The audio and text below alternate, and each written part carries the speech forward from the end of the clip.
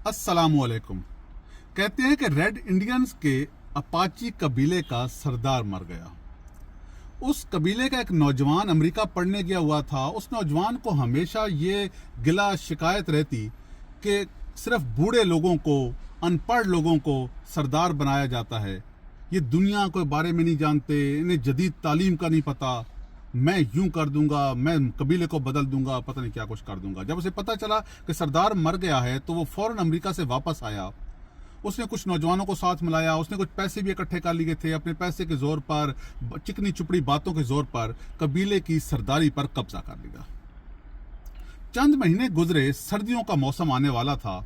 उस कबीले की रवायत थी कि लोग सरदार के पास जाकर पूछते कि सर्दी कैसी होगी, ज्यादा शिद्दत से पड़ेगी या कम। लोग उसके पास गए, लोगों ने पूछा। उसने कहा कि अगर मैं इनसे कहता हूं कि सर्दी कम पड़ेगी तो अगर सर्दी ज्यादा पड़ गई, लकड़ियां ना मिली तो लोग मेरे खिलाफ हो जाएंगे। उसने कहा सर्दी ज्यादा होगी। लोगों ने, कबीले के लोगों ने लकड़ियां इकट्ठी करनी शुरू कर दी। जरा ध्यान से सुनिए। कुछ दिन गुजर गए। उसने सोचा कि हो सकता है मैं गलत कह रहा हूं। उसने मकामी महकमे मौसमियात से राब्ता किया, उनसे पूछा, गुमनाम राब्ता किया, नाम नहीं बताया, कि क्या सर्दी ज्यादा होगी या कम। उन्होंने कहा सर्दी ज्यादा पड़ेगी।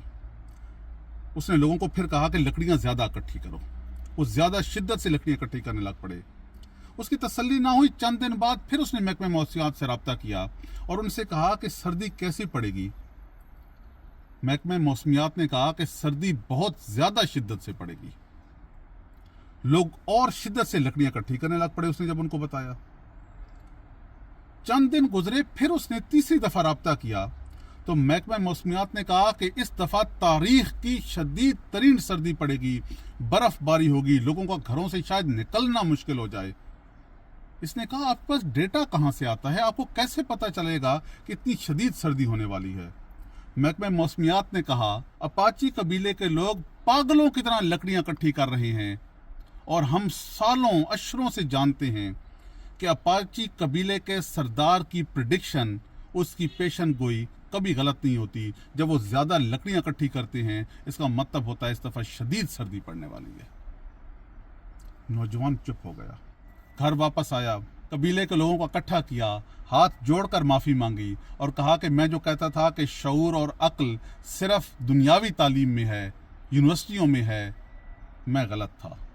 फहमो फरासत सिर्फ किताबों से नहीं आती, जिंदगी गुजारने से आती है। मुझे नहीं मालूम कि सर्दियां कम पड़ेंगी या ज्यादा, अपने बुजुर्गों से पूछ के।